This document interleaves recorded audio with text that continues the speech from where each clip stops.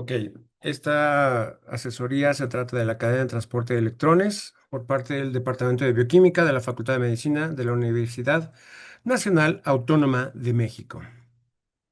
Bien, antes de empezar con la clase, vamos a recordar desde cuándo somos lo que somos. Hace 13.800 millones de años ocurrió el Big Bang. Después, más o menos como 4.600 millones de años, se formó la Tierra.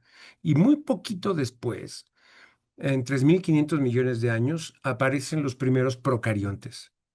Entre 2.000 y 1.500 millones de años aparecemos los eucariontes.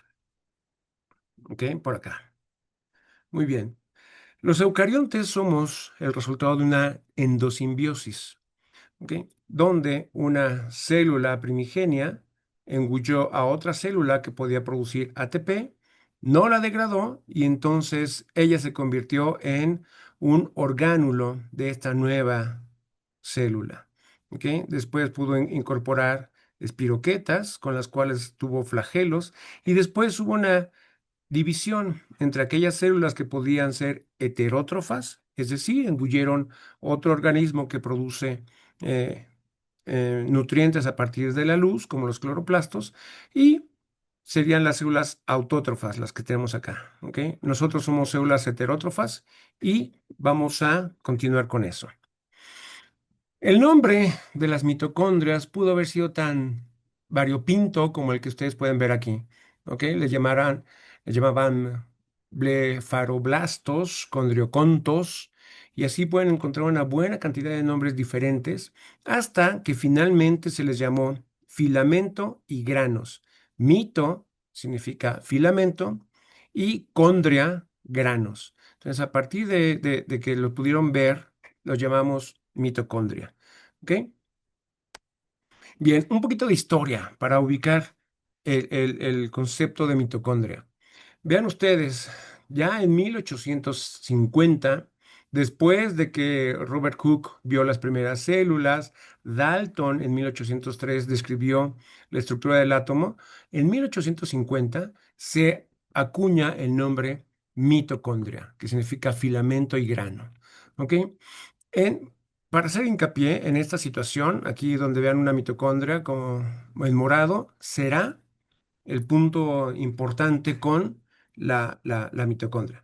Pero vean ustedes, después de 1850, después apareció el origen de las especies de Darwin y después, en 1869, la tabla periódica de Dmitri Mendeleev.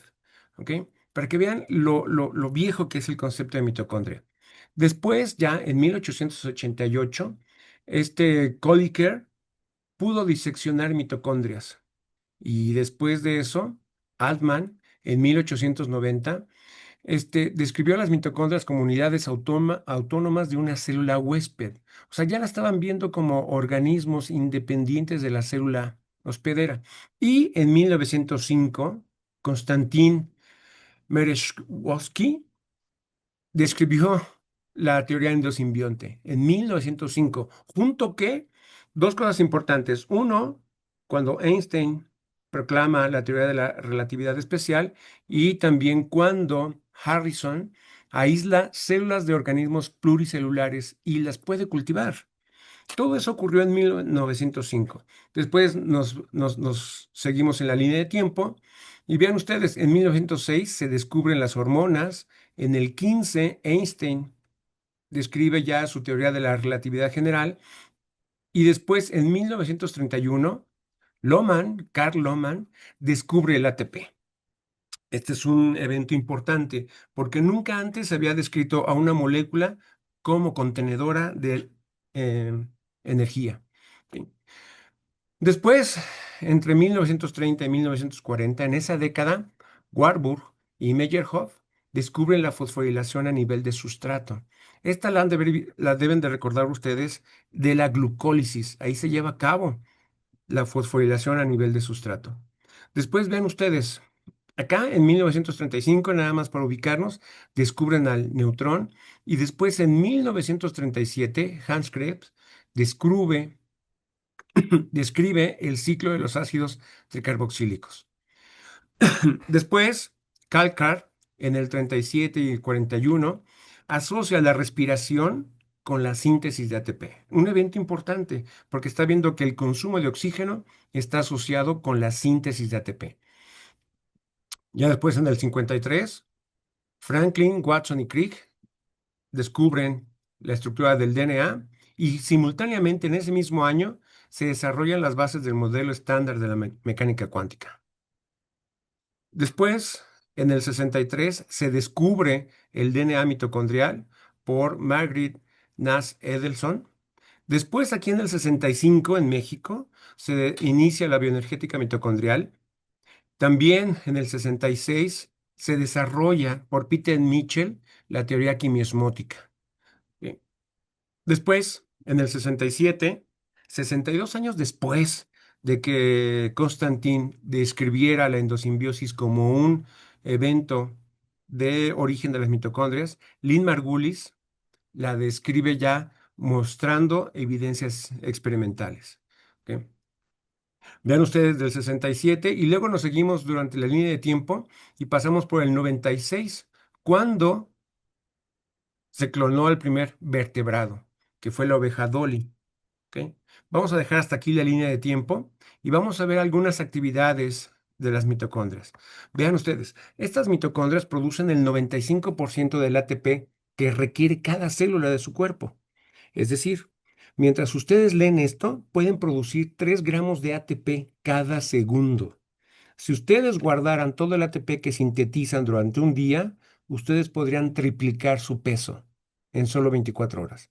Con esto quiero darles a entender que la velocidad de su metabolismo es impresionante. ¿Ok? Bien, una cosa que es interesante, se ha sugerido que con la síntesis mitocondrial de ATP se promovió la pluricelularidad y con ello se inventó la vejez y la muerte. Ningún organismo unicelular como las bacterias muere, ¿ok? No, ni envejecen ni mueren. Una cosa que hace más la mitocondria es que controla las concentraciones de iones libres en el citosol, principalmente el calcio. Ustedes recordarán que cuando hay un infarto, se libera una buena cantidad de calcio que puede activar muchas metaloproteasas que dañan a las células. Entonces, la mitocondria participa en mantener las concentraciones de calcio en el intervalo nanomolar.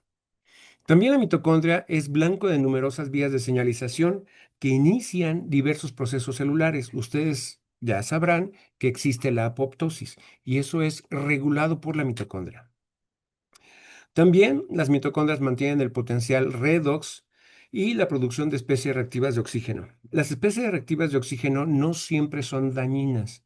También hay funciones de segundos mensajeros. ¿Ok? Solamente cuando salen de control es cuando empiezan a producir daño. Otra cosa que hacen las mitocondrias es que han conservado su DNA mitocondrial. Este DNA mitocondrial es uno de las evidencias de que alguna vez fueron de vida libre. ¿Ok? Una cosa importante, vean, juntos, si vemos el DNA de todos los organismos que conocemos hasta ahora, todos ellos reúnen apenas 69 genes que codifican para proteínas ancestrales. Nosotros solo tenemos 37 genes, 13 que corresponden a subunidades de la cadena respiratoria, 2 para los ribosomas mitocondriales y 22 para los RNA de transferencia de la mitocondria. Una cosa que es importante, la mitocondria conserva muchas copias de su DNA mitocondrial. En las células somáticas, como las del epitelio, por ejemplo, hay alrededor de 1000 copias. Sin embargo, en los ovocitos hay casi 100.000 copias. ¿Ok? Y esto es debido a que las mutaciones en el DNA mitocondrial ocurren en un número menor del total de copias, lo que provoca que cohabiten copias del DNA mutado y DNA sano. A esto se le llama heteroplasmia. Solo se heredan las mutaciones que ocurren en la línea germinal, es decir, en los ovocitos. ¿Ok? Otra cosa que es importante, el tamaño del DNA mitocondrial varía, no es homogéneo. En esta diapositiva lo que les estoy mostrando es la longitud que pueden tener los diversos DNAs. Si es una línea, se refiere a que es un DNA lineal. Si es un círculo, es un plásmido, del tipo plásmido que es circular. Vean ustedes, nosotros como humanos, los Homo sapiens, tenemos apenas 5.3 kilobases en nuestro DNA, mientras que el campeón es esta plantita que se llama Silene cónica y ella tiene 11.300 kilobases. ¿Ok? Todos estos representan diferentes organismos de los cuales conocemos su DNA mitocondrial. Es un ejemplo. ¿Ok? Bien, el proteoma mitocondrial es de más de 1.000 proteínas diferentes, es decir, la mitocondria contiene 1.000 proteínas o más. ¿Ok? Eso quiere decir que el 99% de todas las proteínas de la mitocondria son de origen nuclear. Recuerden que nosotros solamente tenemos unos cuantos genes que codifican para algunas unidades de la cadena de transporte de electrones.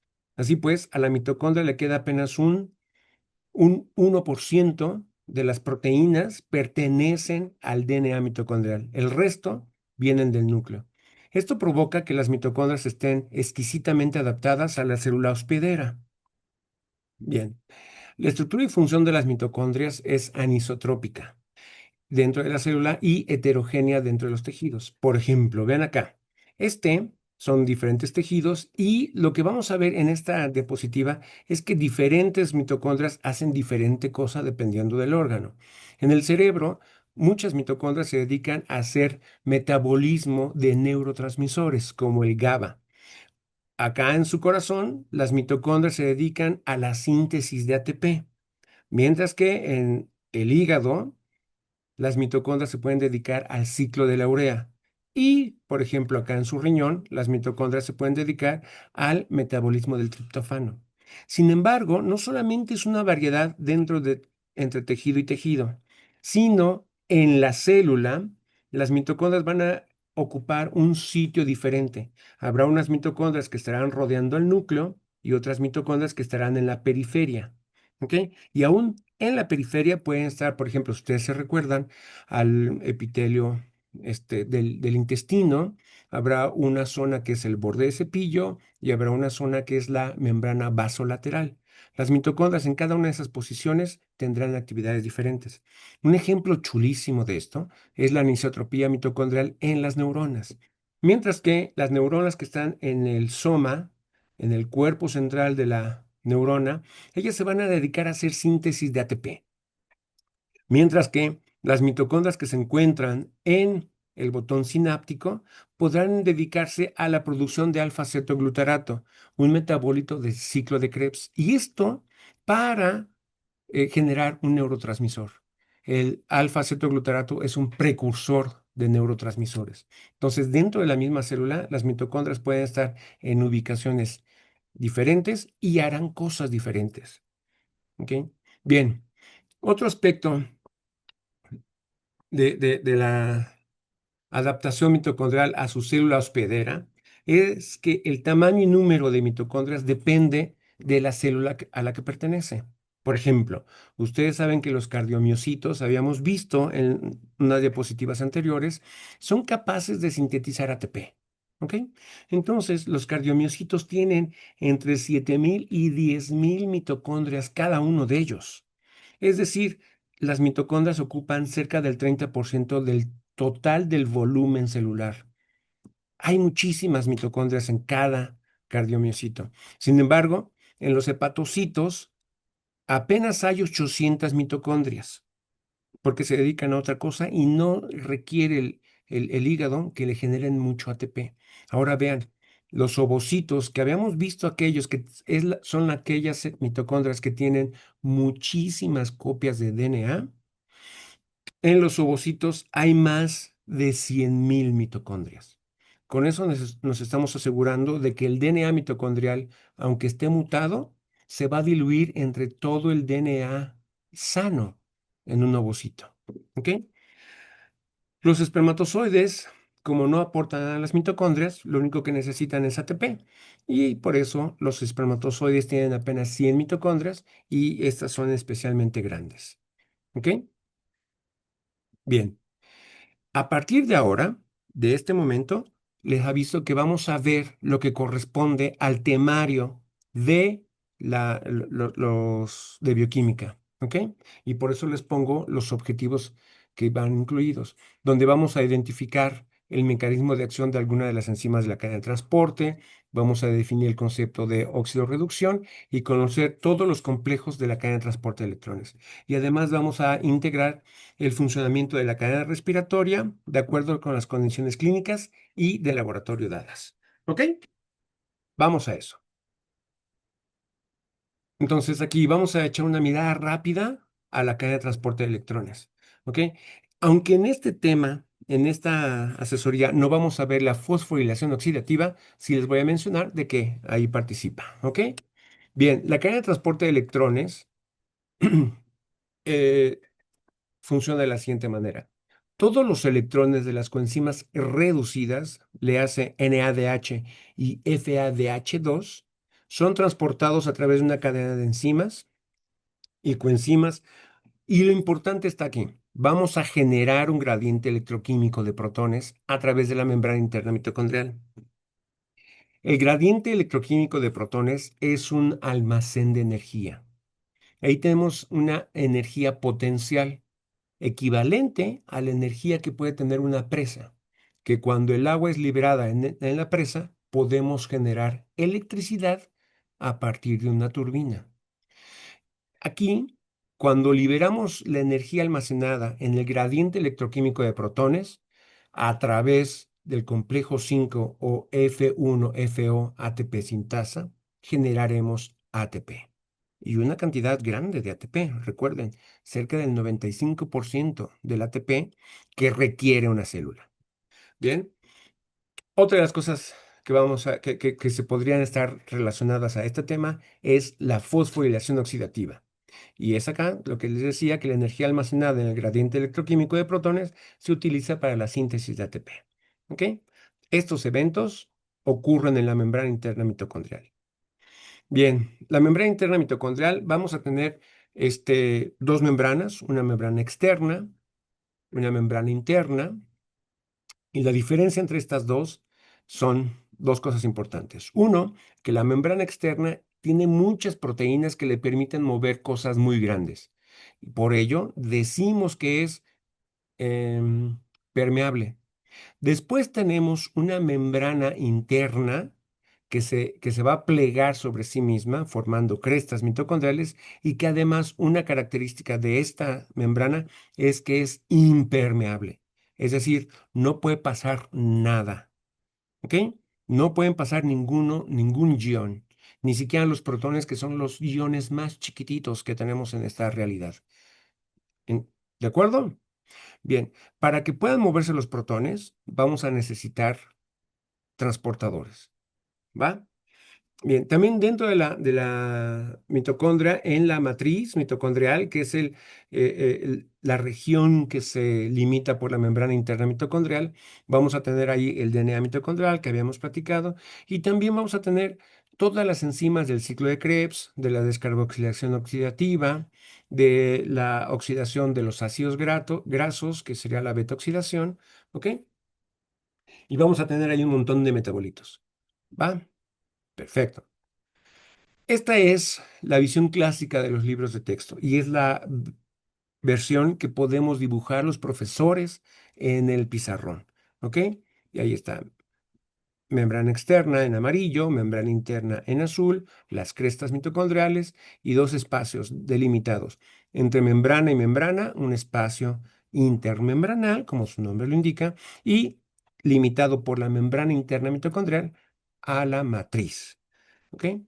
Bien, estas son una microscopía electrónica de transmisión de las mitocondrias. ¿Ok? Estas son algunas estructuras reconocidas en diferentes mitocondrias, en diferentes tejidos. Por ejemplo, de este lado que le estoy señalando es la corteza adrenal, de este lado es un astrocito. Aquí son las células HeLa, aquellas células este, derivadas de un cáncer, ¿ok? Y también tenemos aquí de un organismo que se llama Ostilagomaides, es un hongo, es el que da origen al huitlacoche, ¿ok? Son ejemplos nada más para que vean la diversidad de estructuras de las crestas mitocondriales. Entonces, la imagen general de una mitocondria es esta. Yo tengo aquí la mitocondria, ¿no? Dentro de la célula, ¿ok? Donde tenemos el núcleo, el retículo endoplásmico, el aparato de Golgi, el retículo endoplásmico liso. Tenemos también los centrómeros, microtúbulos, etcétera, etcétera. ¿Ok? Bien. A partir de este momento, las conclusiones que tenemos de la mitocondria es que son organelos ovoidales de 2 micrómetros de largo por 0,5 de ancho y también que su función, en función del estado metabólico, una célula puede tener muchas o pocas mitocondrias y aunque la forma de las crestas difiere entre las mitocondrias, estas se forman cuando se pliega la membrana interna mitocondrial. Bien, vamos a ver cómo son ahora las mitocondrias desde el punto de vista que nos ha ofrecido las nuevas tecnologías. ¿Ok? Esta es una microscopía de barrido y podemos ver aquí las crestas mitocondriales en rosa, ¿ok? Mientras que en un amarillo estamos viendo el retículo endoplásmico. ¿Ok? Esta es una visión de las mitocondrias por tomografía electrónica, donde tenemos aquí la matriz mitocondrial en negro, en amarillo es la membrana interna mitocondrial, en rojo tenemos la membrana externa, y todas estas estructuras son las crestas mitocondriales. ¿Ok? Dejaron de ser aquellas invaginaciones sin personalidad propia. ¿Ok? El color está dado de manera artificial. Por la densidad electrónica definieron los autores qué color podían asignarles. ¿Ok? Bien. Entonces, esta es la microscopía electrónica y esto es lo que vamos a tener de ahora en adelante. En azul oscuro, la membrana externa, en azul clarito, la membrana interna y en amarillo, las crestas. ¿Ok? Bien, ¿cómo llegamos a esta nueva visión? Ahí les va. Esta es la forma en la que se hace las tomografías electrónicas. ¿Sí? Vamos a repetirlo para que lo vean. Así es como se ven. ¿Ok?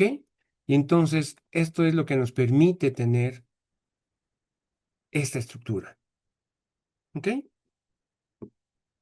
Y ahí va, la hacemos girar y vean ustedes cómo se ven ahora, otra vez en membrana azul clarita, la membrana interna mitocondrial y en amarillo las crestas mitocondriales. ¿Ok? También hemos conseguido ver la asociación de la mitocondria con otros organelos, particularmente con el retículo endoplásmico. ¿Sí? Ahí están. Aquí para mejorar la vista, se eliminaron muchas crestas y se dejaron solamente aquellas que visualmente nos parecen atractivas. ¿Ok? Para ver la imagen. ¿Listo? Bien. También, esta es otra reconstrucción. Quiero que las vean de que, y lo puse acá porque la arquitectura mitocondrial es diferente. Vean ustedes cómo se hace la reconstrucción y ahí están empezando por recrear la continuidad de las crestas y ahí se ven. Estas crestas que están aquí particularmente son tubulares. Las otras anteriores eran crestas lamelares. ¿Ok? Esta es otra de esa reconstrucción. ¿Ok? Ahí está. Podemos ver diferentes crestas que son tubulares. Vean ustedes qué lindo. Y ahora van a quitar algunas, a decolorar algunas de las crestas para poder ver los agujeros. ¿Sí? Aquí se ven algunos de los agujeros en la membrana interna que dan origen a las crestas. ¿Ok? Bien, entonces con eso tenemos ahora que hay una asociación entre el retículo endoplásmico, las mitocondrias y las mitocondrias tienen diferentes formas de sus crestas. ¿Ok? Y además, las mitocondrias pueden tener diferentes arquitecturas dependiendo del estado en el que se encuentran. Experimentalmente podemos tener a las mitocondrias sintetizando ATP, como en esta forma, o teniendo a las mitocondrias en reposo. ¿Ok? Esto es modificando las concentraciones de nucleótidos como ATP o de ADP. Y entonces ven ustedes que cambia la arquitectura de las mitocondrias. Pueden ser muy gorditas o pueden estar muy, muy magras. ¿Ok? Esto es experimental. Sus mitocondrias en su cuerpo nunca están en reposo. Siempre están sintetizando ATP. Así que siempre van a encontrarlas en esta forma. ¿Ok? Imaginen ustedes, si dejan de sintetizar ATP, pues se mueren, ¿no? Ok. Ahora, estas son todas las arquitecturas que hemos reconocido en las mitocondrias, ¿ok? Hay de diferentes tipos de crestas, porque las mitocondrias son de diferentes organelos, digo, órganos, ¿ok? Bien. Ahora, estas mitocondrias se distribuyen de manera heterogénea en las células, ¿ok? Esto de aquí, que está dibujado, es el núcleo y todo lo que está en rojo de este lado de la imagen son mitocondrias. En este lado las tiñeron con verde y son estas mitocondrias. Quiero que vean una cosa interesante. Las mitocondrias ya no son chicharitos, son como enramados, ¿ok? Son enramados mitocondriales, ¿vale? Se genera una red de mitocondrias. Bien, ok. Vamos a regresar a la función mitocondrial y vamos a recordar en dónde se sintetizan NADH o FADH2, ¿ok? Bien, ahí está. Estos son los sitios donde sintetizamos NADPH. Estas son todas las reacciones, la primera parte de la tabla son todas las reacciones que llevan a cabo síntesis de NADH. ¿Ok? Después tenemos aquellas reacciones en la cual vamos a sintetizar NADPH y finalmente tendremos aquellas que pueden usar ambos coenzimas. ¿Ok? En la columna final podemos ver la localización de cada una de estas reacciones. M, ¿ok? Si son mitocondrias y C si es citosol. ¿Bien? ¿Ok?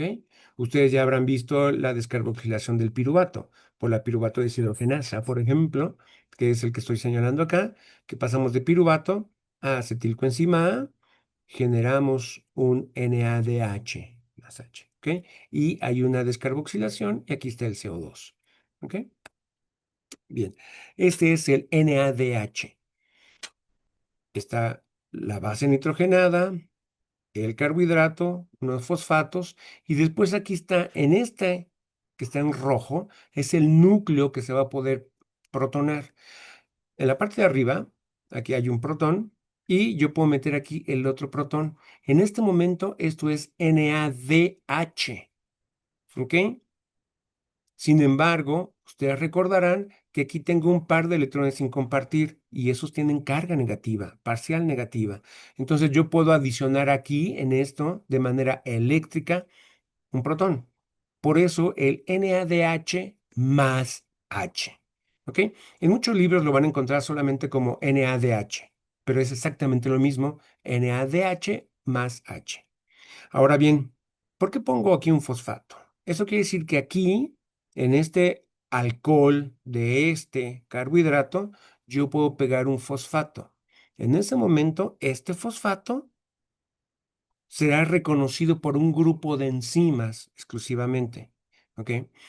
De manera general, podríamos decir que el NADH está involucrado con las vías catabólicas y el NADPH con las vías anabólicas. De manera general, siempre la naturaleza nos va a regalar excepciones. ¿Ok? Bien. ¿Qué diferencia hay entre un estado oxidado y un estado reducido del NADH? Como pueden ver aquí, el NADH, cuando está absorbiendo luz, va a tener un pico de mayor absorción de luz a los 340 nanómetros, mientras que cuando está oxidado, ese pico desaparece. ¿Ok? Es una diferencia importante entre esos dos estados de esa coenzima. ¿Ok?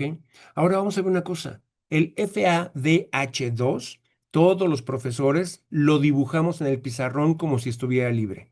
Es un error que nos vamos a permitir corregir ahora. Todo el FAD y FADH2 son grupos prostéticos. ¿Qué quiere decir esto? Que forman parte estructural de las enzimas. ¿Ok? Todas las enzimas que están pintadas aquí, que tienen FAD, todas estas tienen el FAD como grupo prostético. Lo tienen pegado. ¿Ok? Aunque en el pizarrón lo dibujemos como si estuviera libre, ¿no? Se nos permite eso para poder hacer el balance energético. Pero por favor, recuerden que el FAD es un grupo prostético y está íntimamente ligado con la arquitectura de la enzima. Mientras que el NAD puede entrar y salir en el sitio activo y no le va a pasar nada a la enzima. ¿Ok? Bien. Una cosa que es importante, aquí yo les marco que está el FAD y el FMN, ¿ok? Este es el flavin adenin dinucleótido y este es el flavin mononucleótido. ¿Qué diferencia hay entre ellos dos? Vamos a eso. Aquí tengo el FAD, que es toda esta estructura de la base nitrogenada, los fosfatos, y luego tengo este anillo, que es la isoalaxosina, ¿ok? La cual es la que va a llevar a cabo la reducción, se va a reducir aquí. Bien, una cosa interesante. Si ustedes se recuerdan, con el NAD yo solamente podía colocar covalentemente a un hidrógeno y el otro estaba asociado de manera eléctrica. Aquí yo voy a poder asociar covalentemente a los dos hidrógenos. Por eso el nombre es FADH2. Ahora bien, este quedamos que es un grupo prostético. Yo lo puedo recortar aquí. Si yo lo recorto, este oxígeno del fosfato, yo se lo puedo pegar también a un aminoácido. Ustedes podrán recordar qué aminoácidos tienen alcoholes y que pueden fijar grupos fosfato. ¿Ok? Esos aminoácidos son el blanco también de sinasas. Entonces ya sabrán ustedes. Solamente hay tres que tienen grupos alcohol. Ahí lo buscan ustedes y sabrán que este va a estar pegado en algunas enzimas como grupo prostético. Ok, bien. Los componentes de la cadena de transporte de electrones son estos cuatro, ¿ok? Estos cuatro que están aquí, que sería el complejo 1 y su nombre como una enzima, vamos a mencionar el sustrato y la reacción que llevan a cabo. En ese momento vamos a ver aquí. Este complejo 1 va a oxidar el NADH y a reducir a la ubiquinona. De tal suerte le vamos a llamar NADH, ubiquinona, óxido reductasa. Es decir, oxido al NADH y reduzco a la quinona. Este es el nombre del complejo 1. Después tendremos al complejo 2. Este complejo 2 va a oxidar al succinato y a reducir una quinona también. Entonces se va a llamar succinato ubiquinona óxido reductasa o complejo 2. También este complejo se le reconoce con el nombre de succinato deshidrogenasa porque forma parte del ciclo de Krebs. ¿Ok? Es la única enzima del ciclo de Krebs que está pegada a una membrana. Después tendremos el complejo 3 y esto es vamos a oxidar al ubiquinol y a reducir al citocromo C. De tal suerte le llamaremos ubiquinol, citocromo C, óxido reductasa. Después tendremos al complejo 4 que va a terminar por oxidar al citocromo C y reducir al oxígeno en agua. Entonces se llamará citocromo C oxidasa. Ya no formando parte de la cadena de transporte de electrones, tendremos al complejo 5 o F1, FO, ATP sintasa. ¿Ok? Esto lo van a ver en un tema posterior, que será aquellos encargados en la síntesis de ATP. ¿Ok? Bien. Entonces, para reconocer el flujo de electrones, la ruta del flujo de electrones, tenemos que saber primero qué es el potencial de óxido-reducción, porque ese es el nombre de las enzimas. Las enzimas van a oxidar algo y van a reducir algo, ¿ok? Siempre por pares. Es decir, esta enzima tendrá dos sustratos reconocidos ahora mismo, NADH y ubiquinona, además de los protones del lado de la matriz y los va a mover hacia el espacio intermembranal. ¿Ok? ¿Capichi? Bien. Entonces tendremos que ver qué es el potencial de oxidorreducción. El potencial de oxidorreducción es la tendencia de cualquier molécula de donar, es decir, reducir a alguien, o de aceptar electrones, es decir, oxidar a alguien. Si una molécula es una buena donadora, será un buen reductor. Si una molécula es una buena aceptora de electrones, será un buen oxidante. ¿Ok? Y ese potencial de oxidorreducción se define como E. Recordaron ustedes por su clase de termodinámica que este superíndice circulito quiere decir en condiciones estándar. Y si le ponemos una comilla, serán condiciones estándar, pero ahora la temperatura no serán 25 grados, sino 37, y el pH ya no es de 7, sino de 7,4, haciendo referencia a las células de vertebrados. ¿Ok? Bien, ¿qué es el potencial de oxidorreducción? Aquí hay un ejemplito precioso. Yo tengo una celda, una recipiente que contiene etanol y se puede oxidar hacia acetaldehído, ¿ok? Y esto le vamos a llamar una muestra, una celda de muestra acetaldehído etanol. En otro lado, vamos a tener una celda en la cual vamos a burbujear hidrógeno, haciendo que tengamos una presión de una atmósfera de presión burbujeando hidrógeno y el pH va a ser de 0. ¿Ok? Estas dos celdas, estas dos cámaras, las vamos a unir a través de un potenciómetro. Un potenciómetro es el que nos va a determinar el flujo de electrones. Para evitar que se genere una diferencia de cargas que nos interfiera en el movimiento de electrones, vamos a tener un puente salino, el cual me va a permitir que se rompa la diferencia de cargas, ¿ok? Y que el flujo de electrones sea continuo. Entonces, lo que podemos ver aquí es que el etanol se va a oxidar hacia acetaldehído liberando electrones y estos electrones se van a mover por el potenciómetro hacia la celda de referencia, ¿ok? Entonces, en este caso, yo tendré como la celda de referencia ganó electrones y mi celda de muestra perdió electrones, yo tendré un potencial negativo, porque mi celda perdió algo. ¿Ok?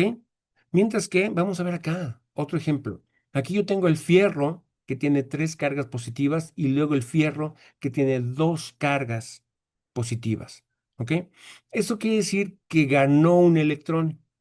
Entonces, según nuestro experimento, si yo tengo de fierro más 3 a fierro más 2, gané electrones. Y los electrones vienen de esta referencia, de esta celda de referencia. Entonces tengo una ganancia neta de electrones en mi celda de muestra. Y como gané algo, el potencial es positivo. ¿Ok? El movimiento de cargas se define con volts. Es esta V que está aquí. ¿Capichi? Bien. Entonces, yo tengo por un lado un compuesto que libera electrones y tendré un potencial negativo porque perdió electrones. Y por otro lado tendré compuestos que ganen electrones y entonces tendrán un potencial positivo.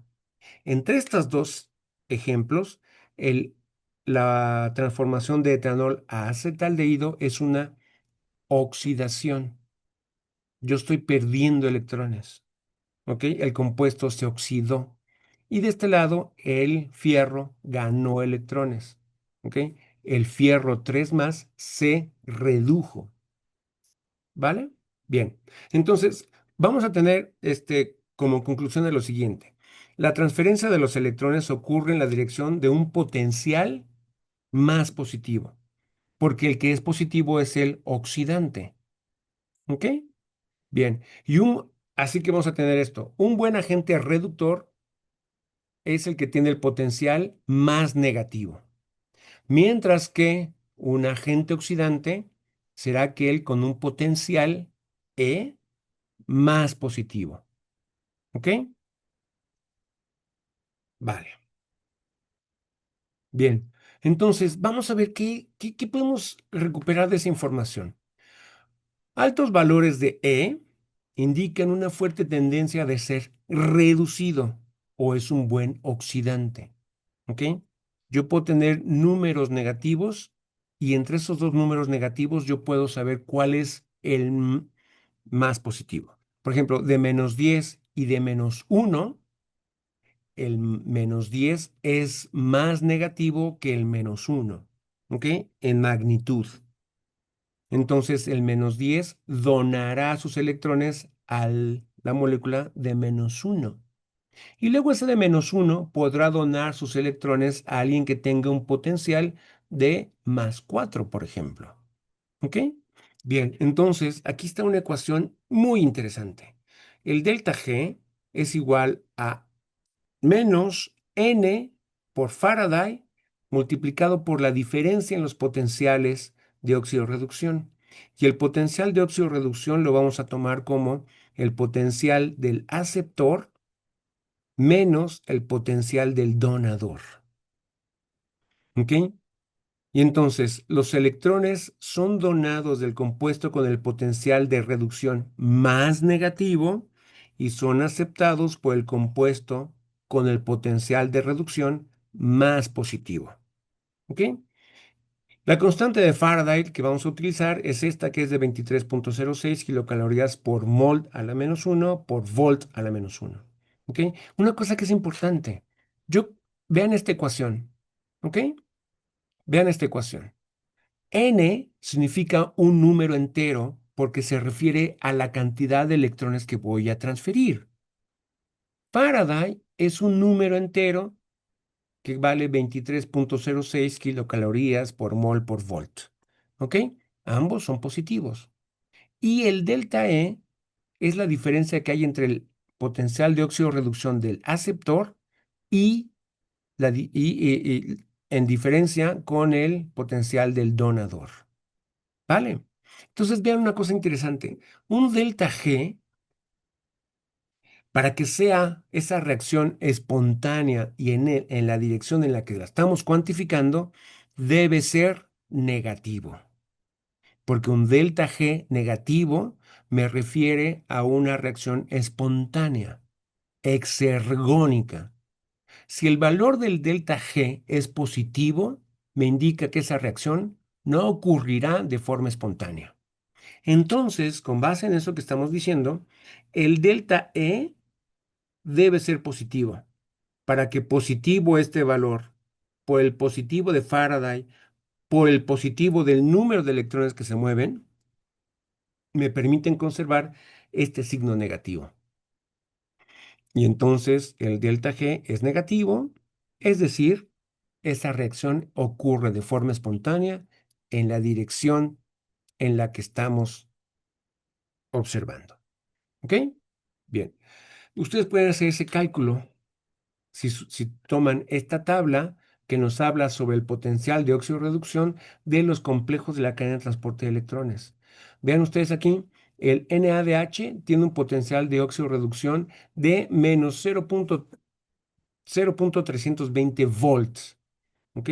Mientras que el paso a la quinona, por ejemplo, para generar ubiquinol, es de 0,045 volts.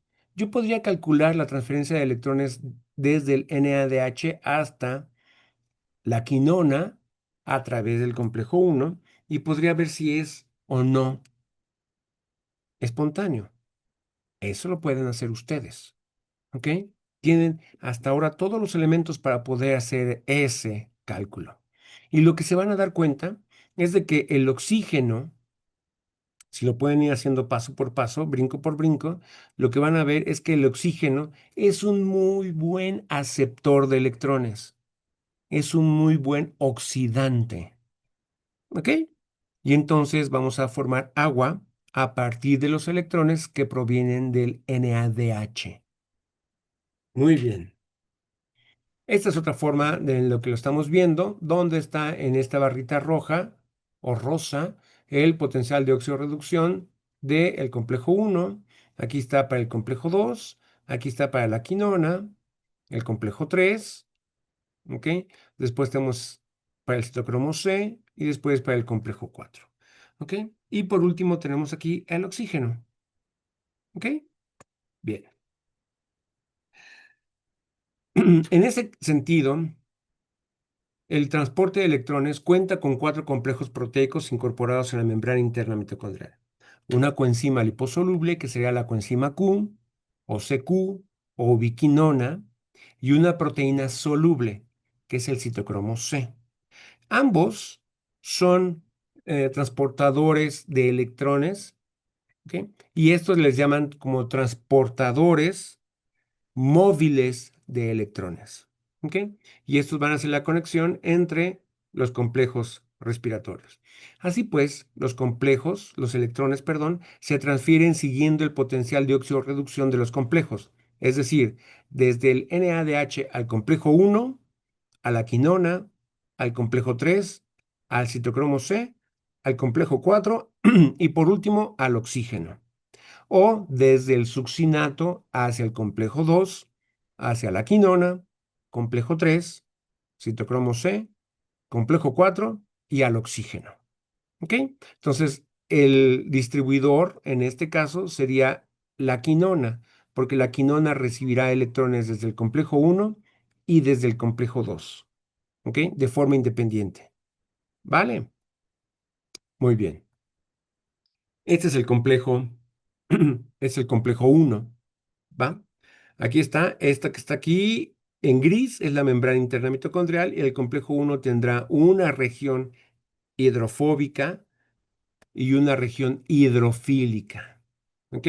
Este complejo está constituido por más de 42 subunidades diferentes y tiene una masa molecular más o menos como de 1000 kilodaltones. ¿Ok? El flujo de electrones en este caso es desde la coenzima NADH hacia el flavín mononucleótido. Este es un grupo prostético. Y después brincarás a los centros fierro-azufre. Muchos centros fierro-azufre que están aquí marcados. ¿Ok? Todos estos son centros fierro-azufre y después llegarán a la quinona formando una semiquinona y después otro electrón del NADH brinca al flavín mononucleótido y de ahí otra vez hasta la semiquinona para formar la ubiquinol. ¿Ok? La estequiometría es, yo voy a bombear, este complejo 1 va a bombear 4 protones por cada 2 electrones que se mueven desde el NADH hasta la coenzima Q. Este es una proteína o centro fierro-azufre, que es esto que está aquí marcado. Como fierro y azufre, son estas. ¿Ok? Y estas proteínas del centro fierro-azufre se van a coordinar con las cisteínas. Si ustedes se recuerdan, cuando vieron cisteínas, estas tienen grupos tiol. Si yo lo oxido, yo tendré una carga negativa que podrá acomplejarse o asociarse con el fierro que está aquí, que tiene cargas positivas. Entonces yo podré generar un centro fierro-azufre de diferentes formas. Aquí hay un solo fierro, aquí tendré dos fierros y dos azufres externos a los aminoácidos, o cuatro fierros con cuatro azufres diferentes a los de las cisteínas. ¿Ok? Esta es la proteína Rieske, se llama. Bien, este es el complejo 1, donde tengo aquí el flujo de electrones desde el NADH, brincan al flavín mononucleótido, luego de ahí siguen la ruta hasta la quinona. ¿Ok? La quinona. El flujo de estos electrones hasta la quinona para formar quinol, vamos se traduce en un movimiento conformacional de todas estas proteínas de la membrana que van a mover protones para bombear 4 protones por cada NADH. Una cosa que es importante, aquí le están marcando el oxígeno. Este oxígeno puede arrebatarle los electrones al flavín mononucleótido si permanecen mucho tiempo aquí los electrones. Vamos a ver por qué va a permanecer los electrones aquí en un momento más. Y entonces estos electrones se pueden escapar y formar un anión superóxido. Esto es un radical libre. ¿Ok? Bien. Estas son las reacciones de oxidorreducción de la coenzima Q. Yo tengo aquí los centros ceto y esto de aquí es una cadena de isoprenoides que lo vamos a repetir 10 veces. Es decir, al final tendremos 1, 2, 3, 4 por 10, 40 carbonos en la cadena de la coenzima. Por eso le llaman también coenzima Q10, porque son 10 unidades de isoprenoides que se repiten. ¿Ok?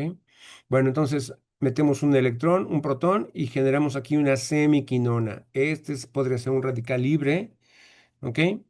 Después metemos otro electrón, otro protón y generamos de las grupos ceto, grupos alcohol. ¿Ok? Bien. Después tenemos aquí el complejo 2, también conocido como succinato coenzima Q oxidorreductasa. Esta también se le llama succinato deshidrogenasa y es del ciclo de Krebs.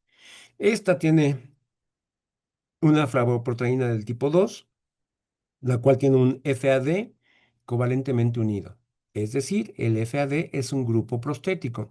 En este esquema, se ve que el complejo 2 forma parte de de la membrana, tiene una región hidrofóbica y además tiene aquí el FAD. Este es el grupo prostético, forma parte estructural de la enzima. ¿Ok? Y entonces aquí vamos a tomar el succinato, le quitamos los electrones y generamos fumarato y los electrones los alojamos momentáneamente en el FAD para generar FADH2.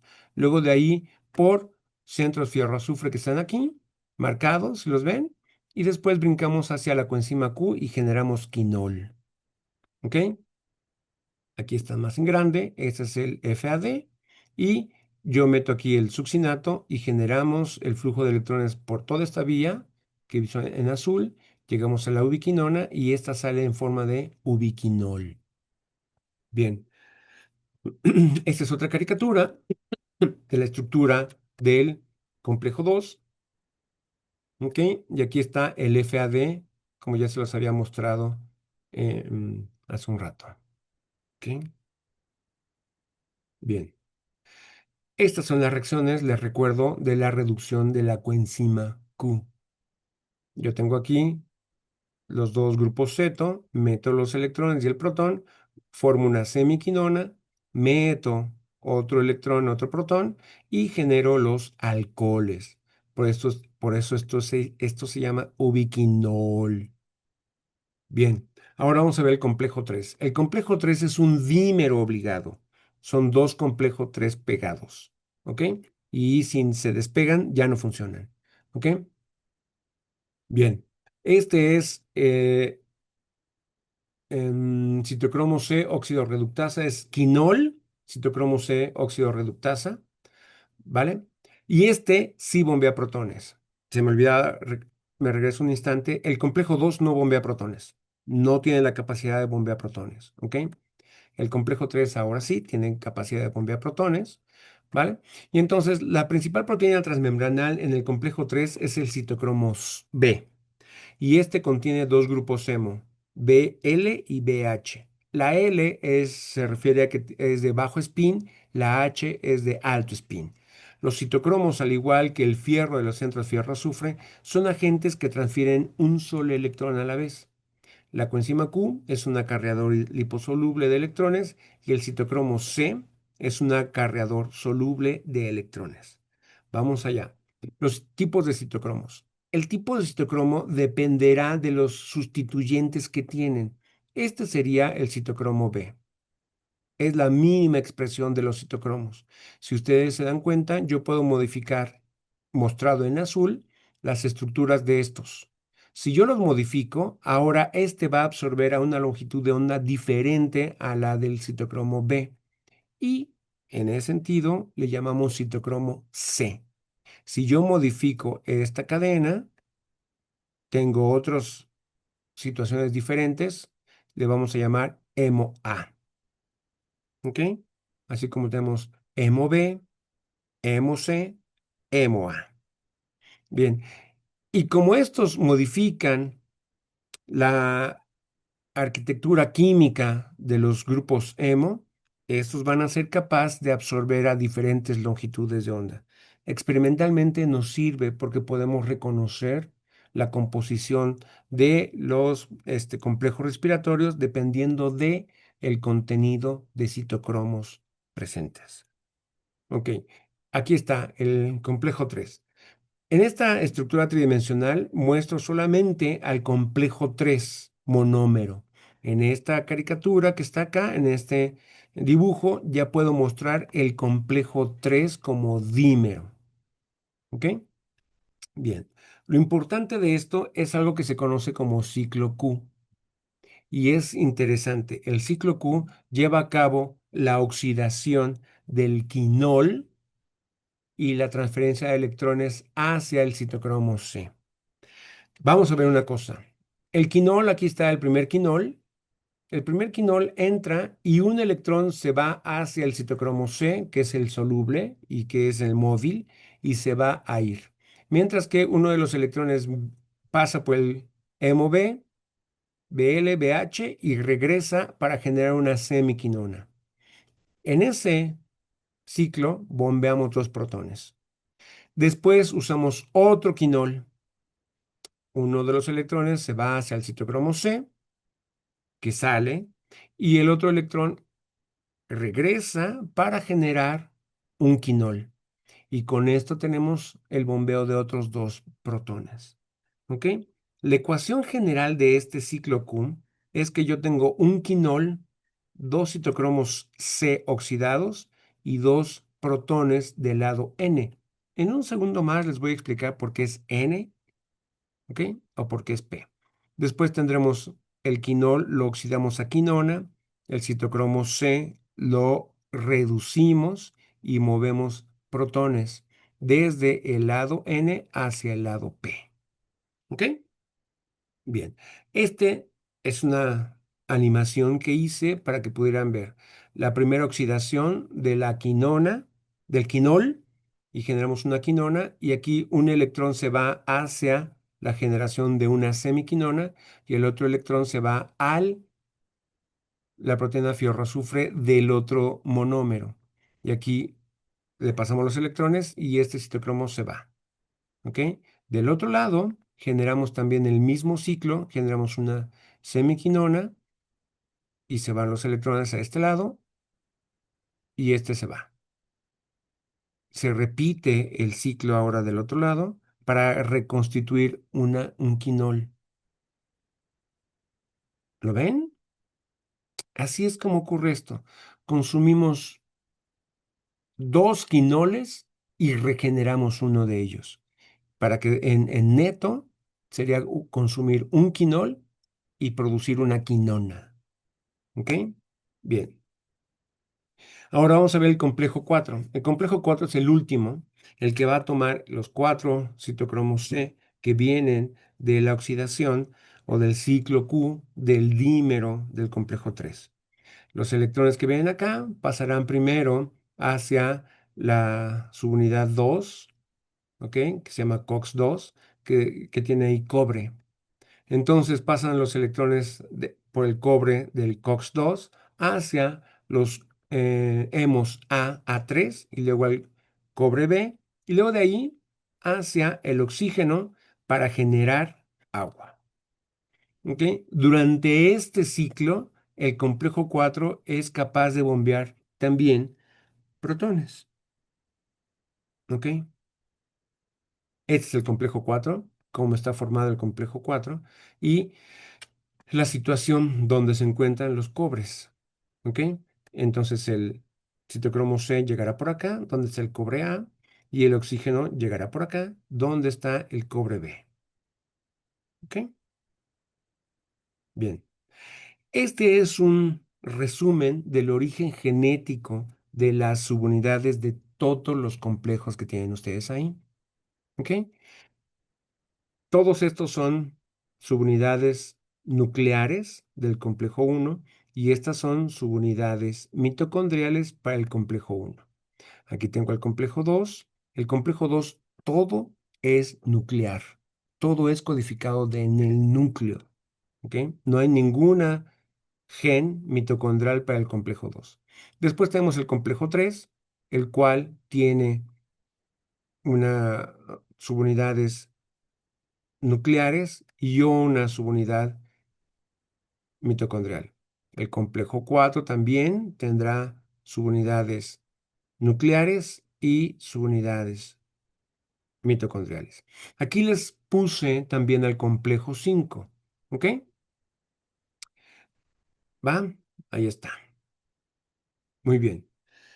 Como resumen de los complejos, yo tengo el complejo 1 y el complejo 1 va a oxidar NADH y a reducir quinona en quinol. A su vez, el complejo 1 bombea 4 protones. Después tenemos el complejo 2, que también va a producir quinol a partir de la oxidación del succinato en fumarato, ¿ok? Pero el complejo 2 no bombea protones. Después tendremos el complejo 3, que toma el quinol y va a producir citocromo C reducido. Y este va a bombear 4 protones. Y por último tendremos el complejo 4, que va a bombear 2 protones y a reducir al oxígeno en agua. ¿Ok? Entonces la estequiometría a partir de un NADH es 4 protones bombeados en el complejo 1, 4 protones bombeados en el complejo 3 y 2 protones bombeados en el complejo 4. Entonces, cada NADH va a permitir un bombeo neto de 10 protones. Cada NADH se van a bombear 10 protones. Bien, este es un resumen de los complejos respiratorios, ¿va?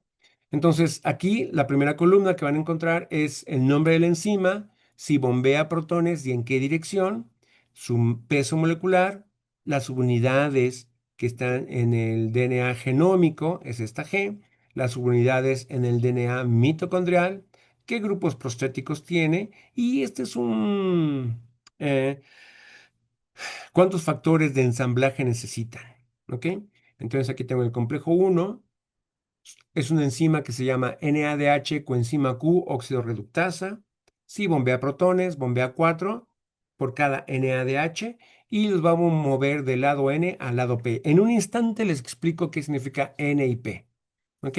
Aquí está su peso molecular, el número de subunidades que corresponden al genoma nuclear, ¿ok? Y entre paréntesis están aquellos que pertenecen a las bacterias. Por ejemplo, en el DNA, perdón, las subunidades del complejo 1 son 42. Bueno, 14 se encuentran son para el complejo 1 de las bacterias, ¿ok? ¿Va? Entonces tenemos 42 en en el genoma de eucariontes y solamente 14 para las bacterias. Bien, después tenemos el complejo 2, que se llamará succinato coenzima Q oxidorreductasa. Esta no bombea protones. Después tendremos el complejo 3, que sí bombea protones, son 4 por cada quinol del lado N al lado P. Les adelanto, lado N es negativo, lado P es positivo. ¿Ok? Entonces voy a bombear protones hacia el lado positivo.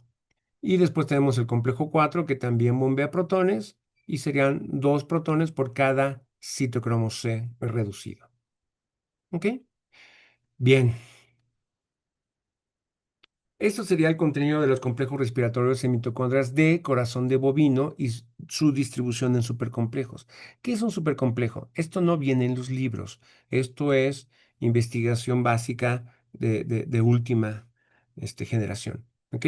Voy a normalizar. Aquí yo tengo 0.09 de complejo 1, de complejo 2, quinonas, complejo 3, citocromo C, complejo 4 y complejo 5. ¿Ok? Esto no se los van a preguntar, pero es bien bonito y se los voy a mostrar. Yo tengo aquí el complejo 1, lo voy a normalizar a 1, pondría un complejo 1 y este va a donar sus electrones hacia las quinonas. También aquí el complejo 2, ¿ok? Vamos a normalizarlo a 2 y bombeamos protones acá. Entonces, yo tengo que hay mucho más quinona que complejo uno y complejo 2. Eso quiere decir que habrá suficiente para que ninguno de ellos dos vea limitada su capacidad de donar electrones. ¿Ok? Entonces yo tendré aquí un montón de coenzima Q a disposición de la función del complejo uno o el complejo 2. Después tengo que el complejo 3 está en menor cantidad que la quinona. Entonces habrá suficiente quinona en forma de quinol para que el complejo 3 lo pueda oxidar. Entonces, vean ustedes, yo tengo esta cantidad de complejo 3 y le va a donar los electrones al citocromo C. El citocromo C está en exceso con respecto al complejo 3, lo que quiere decir que el complejo 3 tampoco va a ver limitada su función por no tener quien le reciba los electrones. Hay en exceso citocromo C. Después del citocromo C será oxidado por una cantidad enorme de complejo 4. Hay mucho complejo 4 y en ese momento será capaz de consumir y mantener siempre oxidado a todos los citocromos que van a ser útiles para el complejo 3. ¿Ok? Entonces, vean ustedes, la idea de esta diapositiva es indicarles que para cada complejo uno o complejo 2 siempre habrá quien reciba los electrones. ¿Ok? Y para el complejo 3 siempre habrá quien reciba los electrones. Y en el oxígeno es abundante en una célula, entonces siempre estará a disposición del complejo 4 para recibir los electrones. De esa manera vamos a evitar que se atasquen los electrones en la mitocondria. Porque si se atoran los electrones en la mitocondria, podemos generar especies reactivas de oxígeno. Y eso es peligroso. Entonces, lo mejor es mantener los electrones siempre en movimiento hacia el oxígeno, que una vez que están ahí, pues formamos agua y eso es un compuesto que es abundante en todos nosotros. ¿Ok? Bien. Una cosa que solamente se lo voy a mostrar ahorita, porque es algo que tiene impacto en medicina, es que estos son los complejos respiratorios, como los acabamos de ver, que son individuales, pero ahora estamos viendo que los complejos se pueden asociar en macrocomplejos, ¿ok? Y es esto, se puede asociar el complejo uno con el complejo 3 y con el complejo 4, con lo cual podemos llevar los electrones desde el NADH de manera eficiente hasta el oxígeno, bombeando protones en el complejo uno, en el complejo 3 y en el complejo 4. A esto le vamos a llamar supercomplejos, ¿ok? Y si son capaces de reducir al oxígeno, le vamos a llamar respirasoma, porque respiran, ¿ok? Este es un esquema, ya lo tenemos, ya se han construido las estructuras tridimensionales de estos respirosomas, ¿ok? Y podemos ver el flujo de electrones en todos ellos, ¿ok? Es una manera de hacer eficiente el flujo de electrones para evitar la formación de especies reactivas de oxígeno, ¿ok? Esto nada más es para que ustedes se den cuenta más o menos en la distribución de los supercomplejos cuánto podría haber, ¿ok? Y esta es una reconstrucción del modelito que hicimos hace un rato con la función del complejo 3. ¿Ok? Y vamos a ver de qué se trata, cómo se ven. ¿Vale? ¿Se acuerdan de esto? ¿Cómo están funcionando? Y entonces, ahí están. ¿Sí? Ok. Bien. Una cosa que es importante es que tanto los complejos libres como los supercomplejos formando respirosomas cohabitan, coexisten en las mitocondrias. Ambas especies van a estar presentes en cualquier mitocondria sana. ¿Ok? No son excluyentes. Va. Bien. Y estos complejos o supercomplejos se van a encontrar principalmente en las crestas. En todas las crestas que ya vimos qué forma tienen en diapositivas anteriores. ¿Ok? Bien. Ahora vamos a ver qué es ese de lado N y lado P. Este es un esquema que puede ser el complejo uno, el 3 o el 4, el que ustedes quieran. ¿Ok? Y entonces va a tomar protones desde un lado de la membrana interna mitocondrial y los va a mover hacia el otro lado. Quiero que noten una cosa importante. La concentración de protones de este lado, de donde lo estoy bombeando, ¿qué les va a pasar? Se acumulan. ¿Ok? Se acumulan. Si yo incremento la concentración de protones, ¿qué le va a pasar al pH? Va a disminuir porque hay más protones. ¿Ok? Mientras que acá, si yo muevo protones, se van a acumular más OHs. ¿Ok? Estos OHs me van a indicar un pH más alcalino. Y no quiero decir magnitudes grandes, ¿ok? Ni cosas feas.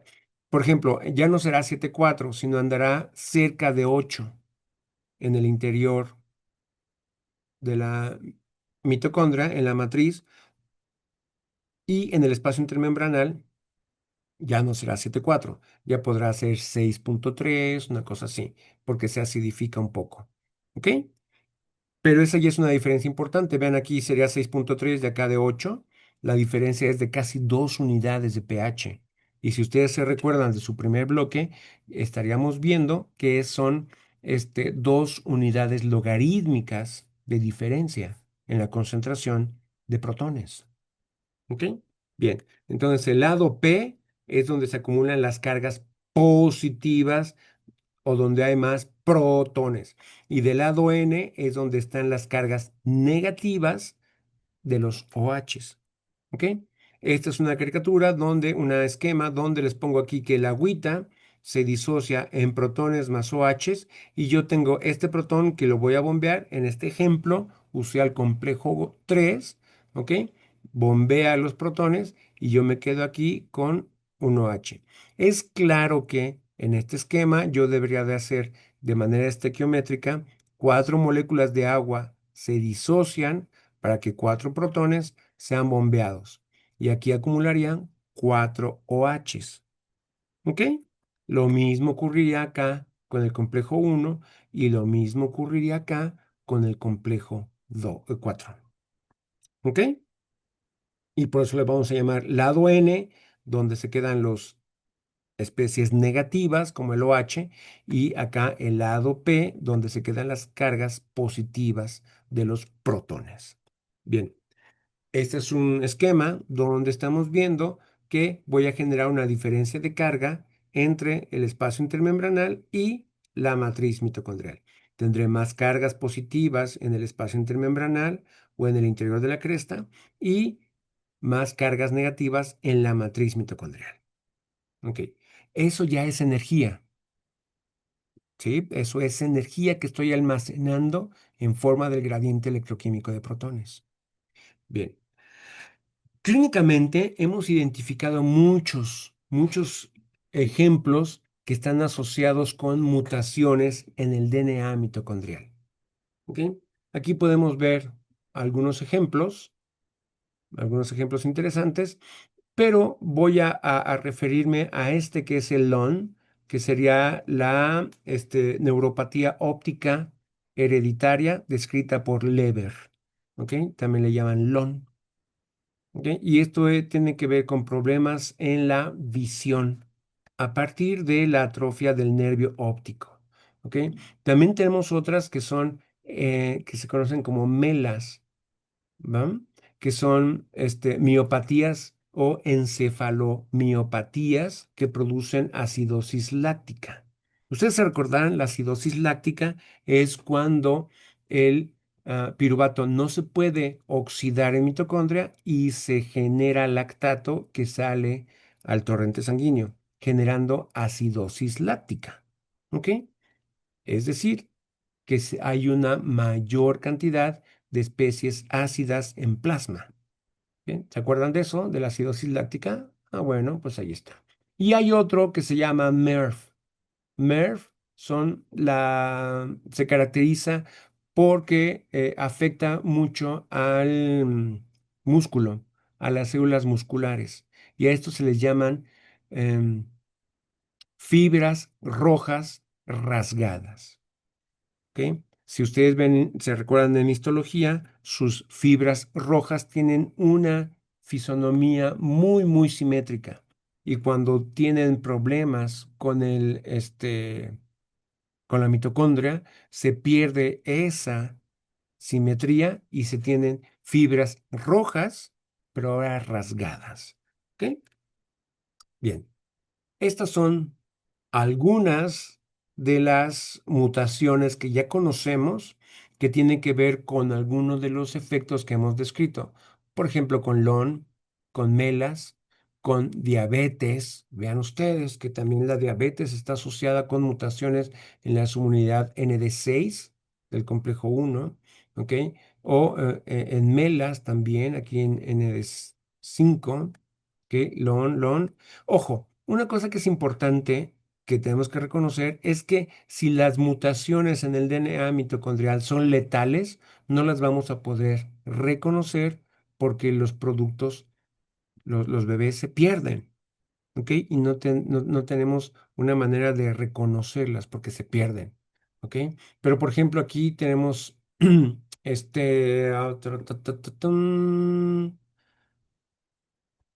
todas estas que pueden ser cardiomiopatías, por ejemplo, aquí también podemos tener perdón, ataxia, ¿ok? Podemos tener un montón de enfermedades asociadas con mutaciones en el DNA mitocondrial. Bien, esta es otra forma en la que lo podemos describir.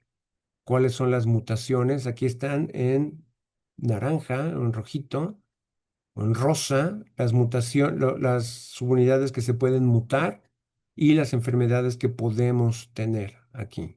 ¿Ok? En el complejo 3 también hay, en el complejo 4. ¿Ok? Entonces, si ustedes mutan genes mitocondriales del DNA mitocondrial, entonces tendremos enfermedades características de estas. ¿Ok? Bien. Ahora vamos a ver, experimentalmente podemos modificar la actividad de los complejos eh, respiratorios. En este caso podemos usar rotenona, ptericidina, amital, demerol y algunos mercuriales que inhiben al complejo 1. ¿Ok? Un dato interesante, la rotenona ayuda a los nativos de la selva de las Amazonas a pescar. ¿Ok? Luego tenemos acá a este compuesto, tenoil trifluoroacetona. También tenemos a la carboxina y el malonato. Estos tres pueden inhibir al complejo 2. Y el único que pueden tener ustedes en su cuerpecito es el malonato. ¿Ok? Luego la antimicina A inhibe al complejo 3, el cianuro, la ácida de sodio o el monóxido de carbono inhiben al complejo 4. ¿Ok? Este monóxido de carbono y el cianuro se unen fuertemente a la forma férrica del citocromo AA3. Después tendremos oligomicina y DSCD, que son inhibidores de la ATP sintasa. Ese no lo vamos a mirar ahora, pero es importante que lo sepan.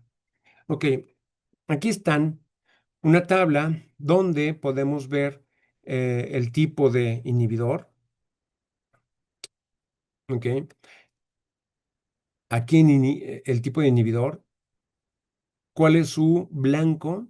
Por ejemplo, el cianuro o el monóxido de carbono inhiben a la citocromo oxidasa, la antimicina A al citocromo al BC1, ¿ok? Mm, Rotenona, metilpericidina, ¿ok? Al complejo 1 y así, ¿ok? Una cosa que es importante y vamos a ver un poquito más adelante, tenemos también los compuestos que son desacoplantes. Estos desacoplantes van a romper la interacción entre la cadena de transporte de electrones y la síntesis de ATP. ¿Ok? Bien. Entonces, aquí están un esquema donde podemos ver que cada uno de estos compuestos van a generar el gradiente electroquímico de protones. Sin embargo, aquí tenemos a los inhibidores que van a interactuar con ellos. ¿Ok? ¿Dónde van a inhibir? Una cosa que es importante, vean ustedes, aquí hay una cosa que se llama monóxido de carbono. El monóxido de carbono se origina por la combustión de madera. Quizá ahora ya le suene más el por qué en algunos casos cuando la gente utiliza madera, la combustión de la madera para calentarse en época de frío, si no está bien ventilado, ese cuarto se va a acumular el monóxido de carbono, el cual va a ser capaz de inhibir al complejo 4. Inhibiéndose el complejo 4, se pierde la capacidad de síntesis de ATP y esa célula se muere. Es decir, la persona puede morir intoxicada por monóxido de carbono.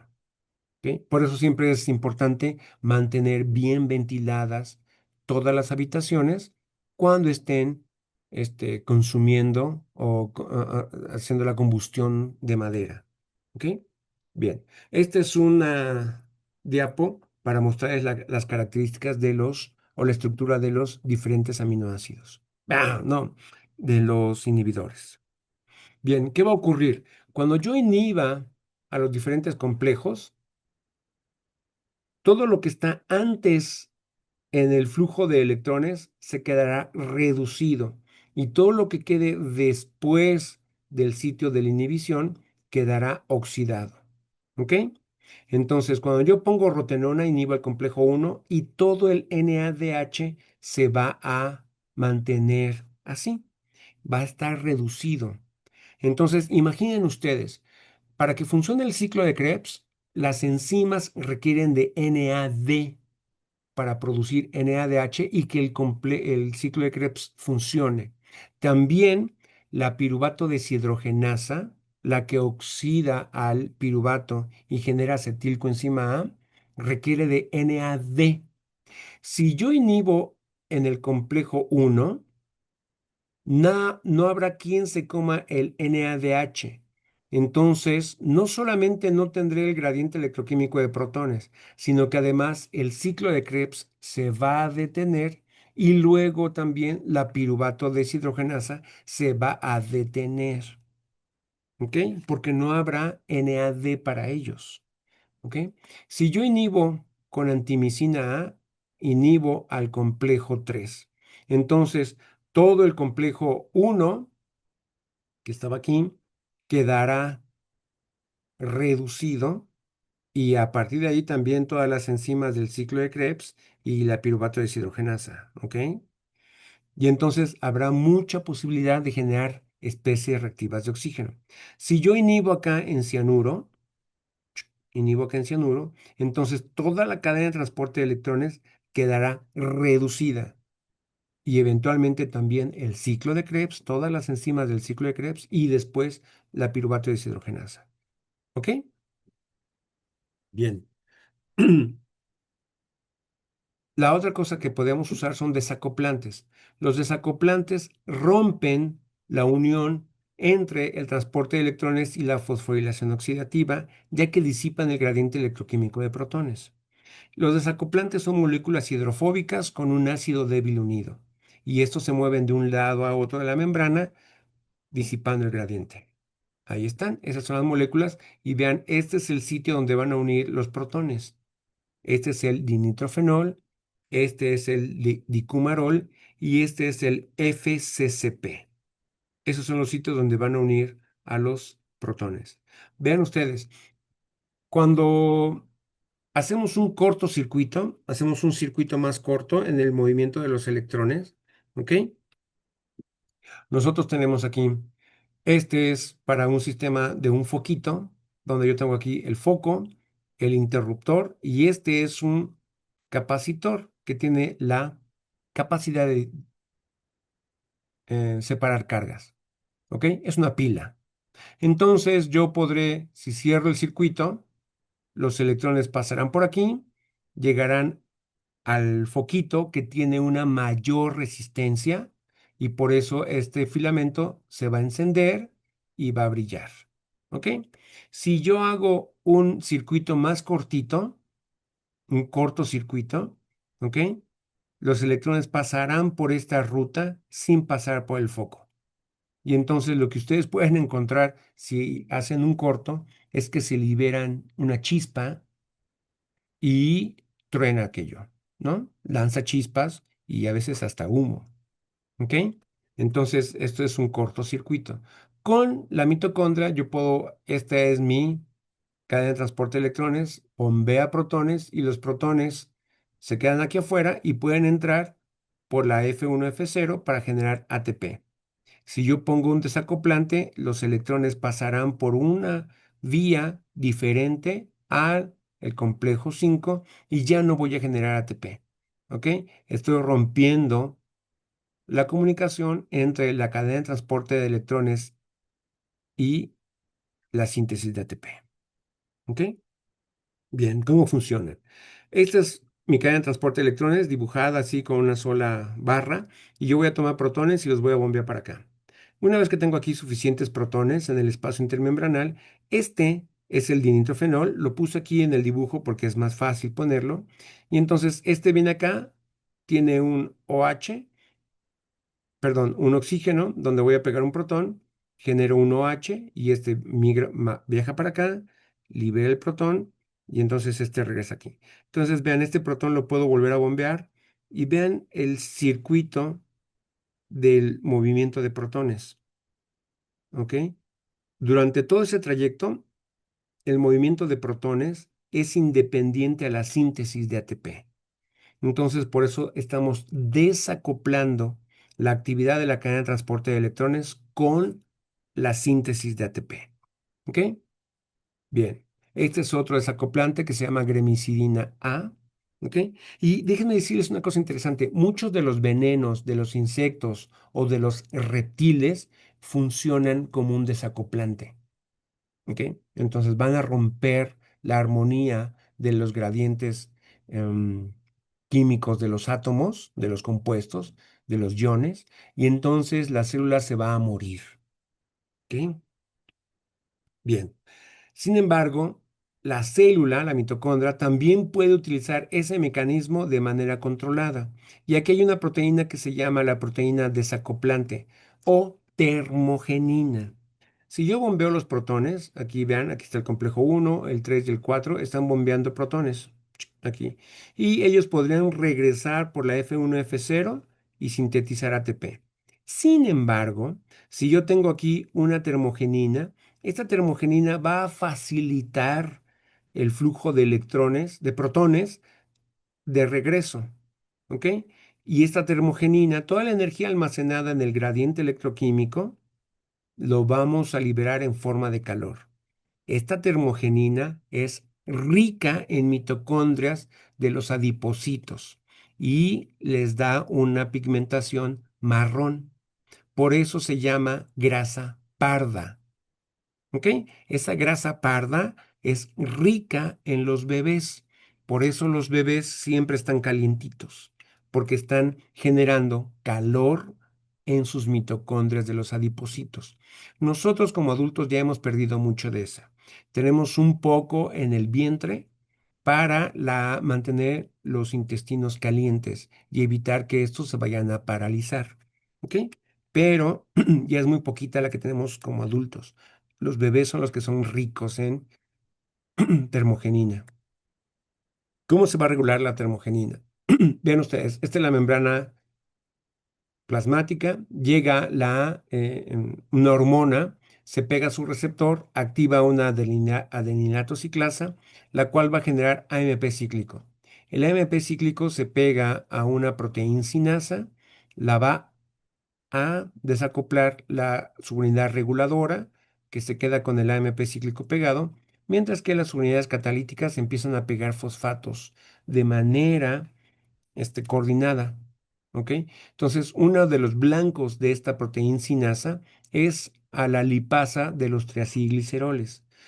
Esta está inactiva y cuando yo le pego fosfatos, que está aquí marcado, esta se vuelve activa. ¿Ok? Y una vez que está haciendo esto, va a degradar triacilgliceroles, generando ácidos grasos, y estos ácidos grasos libres van a producir la apertura de la proteína desacoplante. ¿Ok? Y entonces yo voy a regresar a los protones a través de esta generando calor. ¿Ok?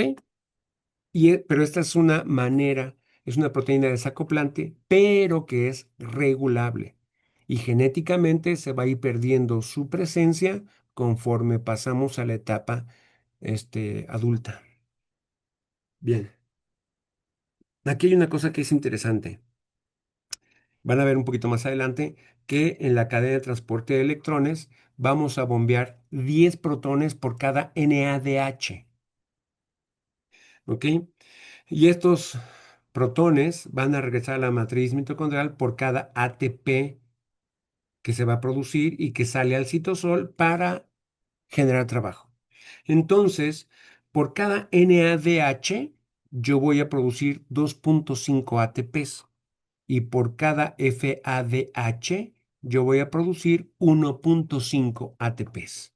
¿Ok? Esta estequiometría tendremos que incluir el funcionamiento del complejo 5 o F1-FO ATP sintasa, pero eso será en la siguiente presentación. ¿Ok? Bien. Mientras quedémonos con esta idea, que cada NADH produce 2.5 ATPs y cada FADH produce 1.5 ATPs. Bien. ¿Se recuerdan ustedes? Nosotros teníamos NADH producido en la glucólisis que ocurre en el citosol, mientras que la oxidación del NADH para generar ATP ocurre en la mitocondria. Entonces tendríamos que llevar ese poder reductor del NADH hacia el interior mitocondrial. Sin embargo, el NADH no puede cruzar la membrana interna mitocondrial. Entonces, ¿qué hacemos? En este caso vamos a llamar un sistema de lanzaderas. ¿Ok? Este sistema de lanzaderas va a movilizar el poder reductor del NADH hacia la mitocondria sin tener la necesidad de transportarlo como tal. Las lanzaderas de la glicerofosfato deshidrogenasa transfieren los electrones desde el glicerol 3-fosfato a su grupo prostético FAD y luego hacia la coenzima Q. Esa es una forma de llevar el poder reductor del NADH hacia la cadena de transporte de electrones. Y otra es la lanzadera de malato aspartato, que usa malato para cargar los electrones a través de la membrana. Vamos a ver cómo se hace esto. Esta es la primera lanzadera. Aquí yo tengo esta es la membrana interna mitocondrial. Hacia acá está la matriz mitocondrial. Y entonces aquí tenemos a la glicerol 3-fosfato deshidrogenasa, que es mitocondrial. Mientras que aquí, ustedes se recordarán que en la glucólisis hay una glicerol 3-fosfato deshidrogenasa que va a tomar de la glucólisis el NADH y vamos a producir a partir de la dihidroxiacetona fosfato, glicerol 3-fosfato. Y este glicerol 3-fosfato podrá volver a ser oxidado por esta enzima deshidrogenasa de la mitocondria y generar quinol. Este quinol, como hemos visto, podrá ser utilizado por el complejo 3. ¿Ok? Sin embargo, dense cuenta que en esta ruta el complejo 1 no es involucrado. Entonces, no podemos contar con los 4 protones del complejo 1, solamente con los 4 protones del complejo 3 y después con los 2 protones del complejo 4. ¿Ok? Entonces, el complejo 1 aquí no es involucrado. ¿Ok? Bien. Esta es la lanzadera donde el poder reductor del NADH lo vamos a ocupar para reducir al oxaloacetato hacia el malato. Eso de acá sería del lado del espacio intermembranal, ¿ok? Esta es la membrana interna mitocondrial y de este lado tengo la matriz mitocondrial. Vean ustedes, así funciona esta lanzadera. Yo tomo oxaloacetato, genero malato y este malato puede entrar a la mitocondria. Una vez que está aquí dentro de la mitocondria, el malato entra al ciclo de Krebs. Y en el ciclo de Krebs yo voy a oxidar al malato generando NADH y pasando del malato a oxaloacetato. Este NADH ahora sí puede ser utilizado por el complejo 1 y entonces tendríamos el bombeo del complejo 1, que son 4 protones, luego el bombeo del complejo 3, que son 4 protones, y luego el bombeo del complejo 4, que son 2. Entonces, en total tendríamos otra vez este NADH generando 10 protones bombeados. Bien, este malato pasa a oxaloacetato y luego aquí vamos a tener una aspartato aminotransferasa, que vamos a tomar al oxaloacetato y al glutamato para generar aspartato por una parte y por otro alfa-cetoglutarato. Este alfa-cetoglutarato va a salir de la mitocondria en un antiporter. Él sale el alfa-cetoglutarato y entra malato. Mientras que este aspartato hacia, sale de la mitocondria y entra glutamato por acá. Si lo pueden ver, vean ustedes, el glutamato se transforma en alfa-cetoglutarato, el alfa-cetoglutarato sale, el alfa-cetoglutarato se transforma en glutamato y vuelve a regresar. ¿Ok?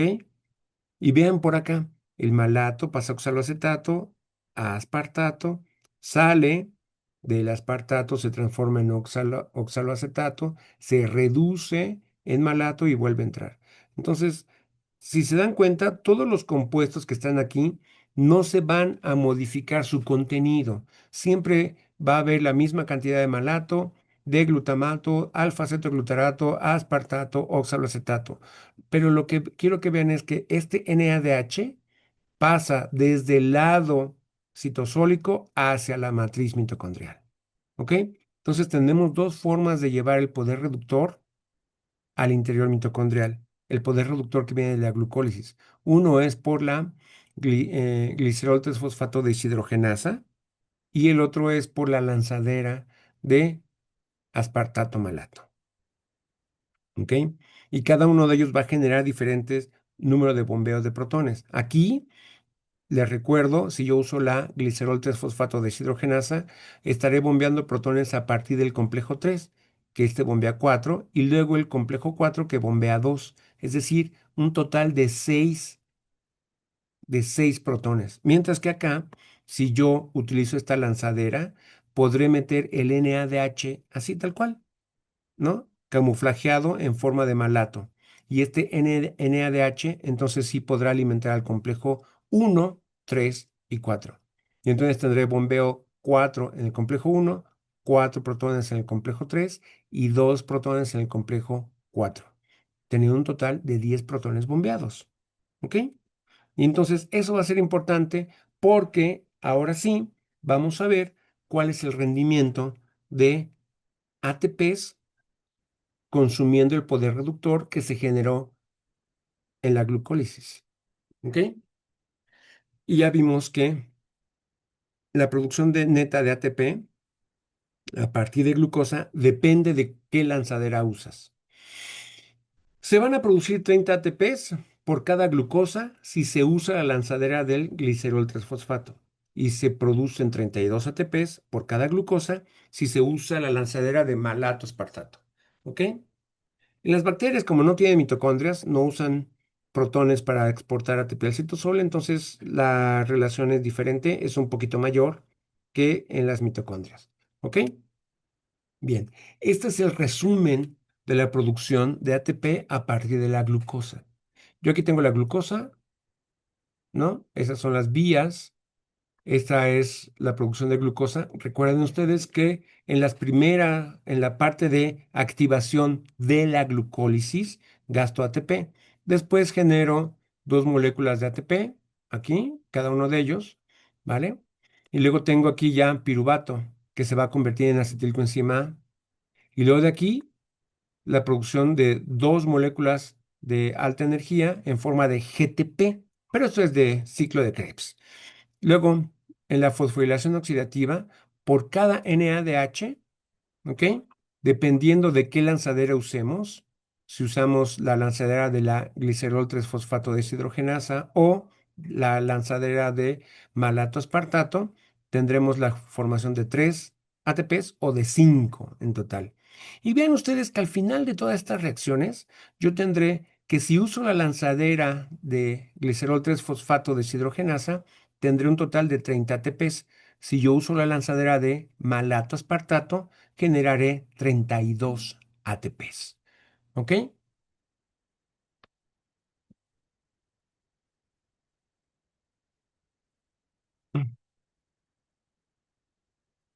¿Ok? Bien. Entonces vamos a hacer un análisis lindo. Este es para la síntesis de ATP. Yo necesito 7.7 kilocalorías por mol o 32 kilojoules por mol. Y aquí tengo yo que la producción de ATP a partir de la oxidación celular de la glucosa es de 32 ATPs. Vamos a hacer el cálculo máximo en la producción de ATP. ¿Ok? Bien, entonces, un ATP, yo necesito 32 kilojoules, tengo 32 ATPs, yo requiero 1031 kilojoules por mol. El equivalente en kilocalorías, yo requeriría 246 kilocalorías por mol para sintetizar esos 32 ATPs. Vean ustedes que la combustión de la glucosa me va a producir 2816 kilojoules por mol o 672 kilocalorías por mol. Quiero que vean aquí que mantuve el signo de la espontaneidad. La combustión de la glucosa es espontánea, por eso tiene un signo negativo el delta G. La síntesis de ATP no es espontánea, por eso tiene un signo positivo. ¿Ok? Entonces, del total de la energía liberada de la glucosa, ¿cuánta energía se almacena en forma de ATP? Vean ustedes, tengo aquí que son 672 kilocalorías por mol que se libera de la combustión de la glucosa, sería mi 100%, y yo voy a almacenar 246 en forma de ATP.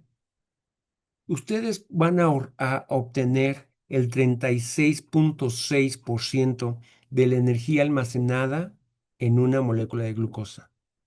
¿Ok? El resto se va a liberar en forma de calor. ¿Ok? Pero el 36%. Una cosa que es importante, compárenlo con un auto. El 12% de la energía almacenada en un litro de gasolina se utiliza para mover el auto. Solamente el 12%. El otro 88% se disipa en forma de calor. Por eso todos los motores de combustión interna se calientan tanto. ¿Ok? Ustedes no se calientan tanto porque mucha energía la almacenan en forma de ATP. ¿Ok? Ustedes están bien hechos. Son una excelente máquina. Este es un resumen de cómo se ve la cadena de transporte de electrones y las vías que van a usarse ahí. ¿Ok? Estamos incluyendo ahora las enzimas de la beta oxidación, que también van a generar mucho quinol y también van a generar mucho NADH y acetilcoenzima A. ¿Ok? Bien, esta es una nueva representación de cómo lo estaremos viendo. ¿Ok? Y este es un resumen de que hay tres enzimas, ¿ok? Que tienen FAD como grupo prostético y que alimentan a nivel de la coenzima Q. ¿Ok? Este es el complejo 1, pero ven aquí, este es el complejo 2 que tiene FAD como grupo prostético. Aquí está una flavoproteína que oxida los ácidos grasos, también tiene FAD como grupo prostético. Y esta es la glicerofosfato deshidrogenasa, que es una de las lanzaderas y que tiene FAD como grupo prostético. ¿Ok? Estos cuatro alimentan la poza de quinonas, generando quinol, y luego de ahí que es consumido por el complejo 3 y luego ya al complejo 4. ¿Ok? Bien. ¿Qué pasaría con el consumo de oxígeno en presencia de todos los inhibidores que hemos visto hasta ahora? ¿Ok? Vamos a ver. Si yo tengo un inhibidor como la rotenona, voy a inhibir al complejo 1. Y entonces, en esas condiciones, vean ustedes, yo estoy generando ATP, pongo rotenona y se impide el flujo de electrones hacia el oxígeno. Entonces ya no hay consumo de oxígeno. Si agrego succinato, puedo evitar o evadir el complejo 1 y volver a alimentar el resto de la cadena y volver a tener consumo de oxígeno. ¿Ok? Así es como funciona esto. Yo calculo, veo el contenido de oxígeno y puedo ver con respecto al tiempo cómo se consume este. Si yo tengo una inhibición del complejo 3, en ese momento ya no importa que alimente yo con NADH a la mitocondria o con succinato, Si yo tengo inhibido el complejo 3, ya no hay manera de que funcione. ¿Ok? Es a menos de que yo ponga un em, agente reductor artificial como el ascorbato para ver la actividad del complejo 4. ¿Ok? Si yo inhibo al complejo 4 por cianuro o por monóxido de carbono, no hay manera, no hay ninguna manera de que la cadena de transporte de electrones funcione. ¿Ok? Ahí se acaba todo lo que tenga que ocurrir. ¿Vale? Bien, en este caso también yo podría ver que el consumo de oxígeno se va a ver interrumpido si yo agrego oligomicina. Si yo agrego oligomicina, ya no habrá quien se consuma el gradiente electroquímico y entonces se acumula el gradiente electroquímico de protones y la cadena de transporte de electrones se inhibe. ¿Ok? Entonces ya también no habrá manera de que haya consumo de oxígeno. ¿Ok? Bien, no olviden. No se olviden de la regulación de las vías involucradas. En este esquema están viendo la glucólisis. Todas las vías, todas las enzimas que se pueden activar están en verde y en rojo el compuesto que las inhibe. ¿Ok? Aquí están todas ellas. Luego también aquí está el ciclo de Krebs. La conexión entre glucólisis y ciclo de Krebs es la piruvato deshidrogenasa. Y después aquí tengo a la fosforilación oxidativa. ¿Ok? Estos son otro que les regalo, que serían todos los moduladores del ciclo de Krebs y de la piruvato deshidrogenasa. ¿Ok? ¿Dudas hasta ahora? Espero que no. Bien. Entonces, vamos a... Ya son 1 hora 47. Creo que hasta aquí es el tiempo suficiente para terminar con la cadena de transporte de electrones. Muy bien, espero que les sirva esta información y espero que si tienen dudas, nos veamos en un futuro. Hasta pronto.